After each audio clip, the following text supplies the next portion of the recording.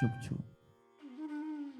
રોજ રાત્રે સૂતા પહેલા બીજા દિવસે એકદમ ફ્રેશ ફ્લાવરની જેમ, ફ્રીઝમાંથી કાઢેલા ફ્રેશ ફ્રૂટની જેમ એકદમ રાતના રેસ્ટ પછી સવારે રિજન્યુએટ થઈને અને બહુ જ મન, વિચાર, શરીર એનાથી બિલકુલ પ્રસન્ન અને સ્વસ્થ થઈને આપણે સવારે જાગવું હોય તો diet control, exercise, breathing exercise, walking, running આ બધું તો છે જ, પણ માનસિક રીતે જો આપણે સ્વસ્થ થવું હોય, depression, over thinking, anxiety, fluctuation of લાઈફના લીધે થતી આ બધી તકલીફો, જેના લીધે વિચાર વાયુ, એના લીધે જ થતો શરીર પર પ્રભાવ, કારણ કે મેન્ટલી જ્યારે અનસ્ટેબિલિટી હોય એનો સીધો સીધો પ્રભાવ આપણા સ્ટમક ઉપર પડે છે. વ્યક્તિને જ્યારે બહુ ભય લાગે અને ગભરાય વ્યક્તિ, ત્યારે ઘણાને મરડો થઈ જતો હોય છે. ગુજરાતીમાં કે વિચારનું કનેક્શન આપણા ડાયજેસ્ટિવ સિસ્ટમ સાથે, આપણી પાચન શક્તિ સાથે, ઉદર સાથે રહેલો છે. તો આ બધાથી આપણે થોડુંક મનથી એનો ઉપાય કરવો હોય, મનને ઔષધિ તરીકે બનાવીને એનો ઉપાય કરવો હોય તો એક બહુ સિમ્પલ ઉપાય એવો હમણાં હું કોઈ જગ્યાએ વાત કરી રહ્યો હતો કે રાત્રે સૂતા પહેલા પથારી પર બેસીએ પછી પરોસો દ્રઢ ઇન ચરણન કેરો શ્રી વલ્લભ નખ ચંદ્ર છટાબેન સબજ, શ્રી મહાપ્રભુજીને વંદન કરી અને આપણે કહી દઈએ પ્રભુને કે સાધન ઓર નહીં આ કલી મેં આપના ચરણ પકડ્યા છે, આપના ચરણની દ્રઢતા પકડી છે, હવે આના સિવાય મને બીજો કોઈ વિકલ્પ નથી. સાધન ઓર નહીં આ કલી મેં જાસો હોત ભરોસો દ્રઢ ઇન ચરણન. આ જ્યારે આપણે ગવાઈ ગયું ત્યારે 2 મિનિટ માટે આંખ બંધ કરીને રોજ જેનાથી આપણું મન દુઃખ થયું હોય, જેનાથી આજે સવારે જાગ્યા ત્યારથી સૂતા સુધી જેના લીધે આપણને ખોટું લાગ્યું હોય, મન દુઃખ થયું હોય, આપણે થોડીક ઇમોશનલ હર્ટ થયા હોઈએ, ઇમોશનલી જેના લીધે આપણને ખોટું લાગ્યું હોય એને ક્ષમા કરી દેવા, એને માફ કરી દેવા. અને જેમના ઉપર આપણે આજે ગુસ્સે થયા છીએ, જેમનાથી આપણે આજે વ્યવહાર બગડ્યું છે, જેમનાથી આજે આપણે એક્સાઇટમેન્ટમાં કંઈક વધારે બોલી ગયા છે, એમને રાત્રે સૂતા પહેલા ક્ષમા માંગી લીધી.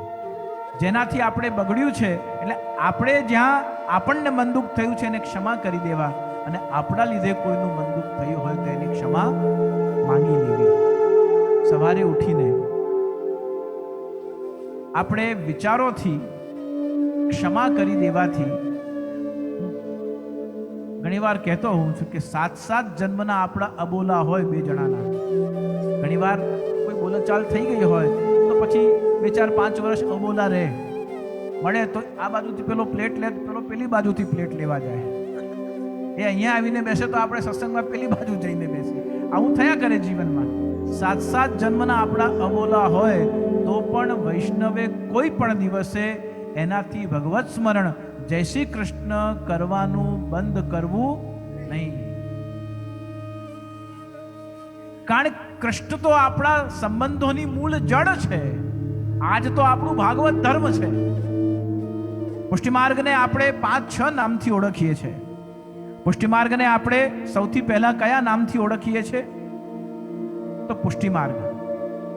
બીજું આપણા સંપ્રદાયનું શું નામ છે? કૃપા માર્ગ. ત્રીજું નામ વલ્લભ સંપ્રદાય. ચોથું નામ વૈષ્ણવ સંપ્રદાય. પાંચમું નામ પ્રમેય માર્ગ. છઠ્ઠું નામ અનુગ્રહ માર્ગ. સાતમું માર્ગ કૃપા માર્ગ. આઠમું નામ પુષ્ટિ માર્ગનું છે ભાગવત ધર્મ. શ્રી મહાપ્રભુજીએ પુષ્ટિ માર્ગને ભાગવત ધર્મ કહ્યો છે. કારણ કે પુષ્ટિ માર્ગમાં ભગવાન શ્રી કૃષ્ણની આરાધના, ભગવાન શ્રી કૃષ્ણનું સ્મરણ, સેવન પોતાના ઈષ્ટદેવ તરીકે કરવામાં આવે છે. પણ એ ભગવાન શ્રી કૃષ્ણની સમસ્ત લીલા, ચરિત્ર, ગુણ, સ્વરૂપ અને વર્ણન શ્રી મહાપ્રભુજીએ ક્યાંથી ગ્રહણ કર્યું? શ્રીમદ ભાગવતજીમાંથી. જેમ હિન્દુ ધર્મનું મૂળ આધારભૂત ગ્રંથ કયું છે એવું આપને કોઈ પૂછે કે ભાઈ, કોઈ કહે કે અમારા ધર્મનું મૂળ ગ્રંથ તો બાઇબલ છે, કોઈ કહે અમારા ધર્મનું મૂળ ગ્રંથ તો કુરાન છે. કોઈ હિન્દુ તરીકે આપને પૂછે કે આપના ધર્મનું, સનાતન હિન્દુ ધર્મનું તમારું મૂળ ગ્રંથ કયું છે, તો આપણે શું જવાબ આપીએ? કોઈ કહે ભગવદ્ ગીતા, કોઈ કહે અમે તો વૈષ્ણવ છે, અમે તો ભાગવતજીને માનીએ. એવું નહીં. સૌથી પહેલા આપણે હિન્દુ છીએ તો આપણે વૈષ્ણવ છીએ. અને હિન્દુ સનાતન ધર્મનું મૂળભૂત રીતે, જેવી રીતે કુરાન અને બાઇબલ આ અન્ય બે ધર્મોના અલગ અલગ મૂળભૂત ગ્રંથો છે, એવી રીતે હિન્દુ ધર્મનું મૂળ ગ્રંથ એ વેદ છે. આ ધર્મનું આખું નામ, આપણા હિન્દુ ધર્મનું આખું નામ જ હિન્દુ વૈદિક સનાતન ધર્મ છે. એટલે હિન્દુ વૈદિક વેદ જ આપણા ધર્મનું મૂળભૂત આધાર છે. વેદના આધાર ઉપર, વેદ એ રૂટ્સ છે, જડ છે. હિન્દુ ધર્મ એ એની થડ છે. બ્રાન્ચીસ જે છે, એની શાખાઓ બધી એ અલગ અલગ હિન્દુ ધર્મના સંપ્રદાય છે. નિમ્બાર્ક સંપ્રદાય, રામાનુજ સંપ્રદાય, માધવ સંપ્રદાય, સ્વામિનારાયણ સંપ્રદાય, ચૈતન્ય ગૌડ સંપ્રદાય, રાધા વલ્લભ સંપ્રદાય, આ જેટલા પણ શ્રીમદ વલ્લભ સંપ્રદાય, પુષ્ટિમાર્ગ, આ બધા જેટલા પણ સંપ્રદાયો છે એ હિન્દુ ધર્મની અલગ અલગ શાખાઓ છે, બ્રાન્ચીસ છે. એ બ્રાન્ચીસ ઉપર, એ શાખાઓ ઉપર લાગેલા જે લીવ્સ છે, જે પાંદડાઓ છે, એ દરેક સંપ્રદાયની પોતાની ફિલોસોફી છે. એ શાખાઓ ઉપર જે લાગેલા ફળ છે, એ ફળ દરેક સંપ્રદાયના ઈષ્ટ આરાધ્ય દેવ છે. જેવી રીતે નિમ્બાર્ક સંપ્રદાયના ઈષ્ટદેવ કોણ છે? તો નિમ્બાર્ક સંપ્રદાયના ઈષ્ટ આરાધ્યા સ્વયં શ્રી રાધા રાની છે, સ્વામીજી છે. રામાનુજ સંપ્રદાયના ઈષ્ટ આરાધ્ય દેવ કોણ છે? તો સ્વયં ભગવાન મર્યાદા પુરુષોત્તમ શ્રી રામચંદ્રજી, સીતા, શ્રી રામ દરબાર છે. એવી રીતે તો એમની જે બ્રાન્ચ છે, એમની જે ફિલોસોફી છે, અકોર્ડિંગલી એ ફિલોસોફીના આધાર પર રામાનુજ સંપ્રદાયનું ફળ શ્રી રામચંદ્રજી છે, નિમ્બાર્ક સંપ્રદાયનું ફળ શ્રી સ્વામીજી રાધાજી છે. એવી રીતે પુષ્ટિમાર્ગ સંપ્રદાયની જે ફિલોસોફી છે, જે પાંદડાઓ છે, એ ફિલોસોફી શું છે? ષોડશ ગ્રંથ, નિબંધ, સુબોધનીજી, આ બધા એના પાંદડાઓ છે, લીવ્સ છે. અને એનું ફળ શું છે? અસ્મત કુલપતિ ગોવર્ધન ધરહ. સાઈનજી આજ્ઞા કરે છે કે અસ્મત કુલપતિ, એનું ફળ શું છે? એનું ફળ સ્વયં શ્રી ગોવર્ધન ધરણ પ્રભુ, સ્વયં ભગવાન રસરાજ શ્રી કૃષ્ણચંદ્ર પ્રભુ એ આ સંપ્રદાયના ઈષ્ટ આરાધ્ય દેવ છે. રૂટ્સ શું છે? વેદાહ. થડ કોણ છે? હિન્દુ ધર્મ. બ્રાન્ચીસ, શાખાઓ, સંપ્રદાય, પાંદડાઓ ફિલોસોફી, અને એનું ફળ ઈષ્ટદેવ.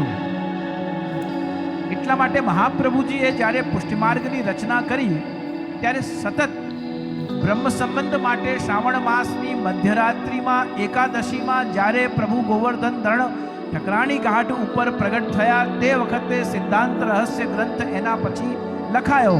શ્રાવણ શ્યામલે પક્ષે એકાદશ્યામ સાક્ષાત ભગવતાદ પ્રોક્તમ તદક્ષરશઃ. ભગવાન પ્રગટ થઈને અક્ષરશઃ જે બોલ્યા તે હું અહીંયા લખી રહ્યો છું. ભગવાન શું બોલ્યા? પ્રભુ ગોવર્ધન ધરણે શું આજ્ઞા કરી? 1.5 વાક્ય સિદ્ધાંત રહસ્ય ગ્રંથમાં 1.5 વાક્ય સ્વયં શ્રી શ્રીનાથજીના મુખારબંધથી બોલાયેલા શબ્દો છે. કયા શબ્દો? મહાપ્રભુજી લખે છે, સાક્ષાત ભગવતાદ પ્રોક્તમ. સાક્ષાત પ્રભુ બોલ્યા, જે પ્રભુથી ભગવાને આખી ભગવદ્ ગીતા ગાઈ હતી, એ જ મુખારવિંદથી પ્રભુ 1.5 વાક્ય શ્રી મહાપ્રભુજીની સામે પ્રગટ થઈને બોલ્યા. શું બોલ્યા? બ્રહ્મ સંબંધ કરણાત સર્વેશામ દેહ જીવયો.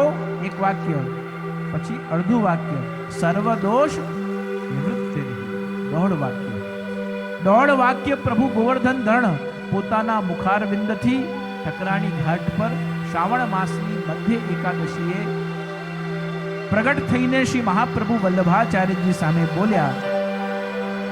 ભગવાનના મુખથી તમે જેને બ્રહ્મ સંબંધ કરાવશો એના સમસ્ત દોષ દૂર કરીને અને એને હું મારા શરણમાં સર્વ દોષ નિવૃત્તિ બ્રહ્મ સંબંધ કરનાર સર્વેશામ દેહ જીવયો સર્વ દોષ નિવૃત્તિ. ભગવાને શું આજ્ઞા કરી કે એમના સમસ્ત પૂર્વ જન્મના જેટલા પણ એ દેહ દ્વારા એ જીવ દ્વારા થયેલા દોષ છે એ બધા જ દોષોને દૂર કરી એમને નિવૃત્ત કરીને અને હું સર્વેશામ દેહ સર્વ દોષ નિવૃત્તિ એમને મારા ચરણનું શરણ આપીશ. જેને તમે આ દીક્ષા આપશો, જેને તમે આ મંત્ર આપશો, એનું હાથ અને સાથ હું ક્યારે પણ છોડું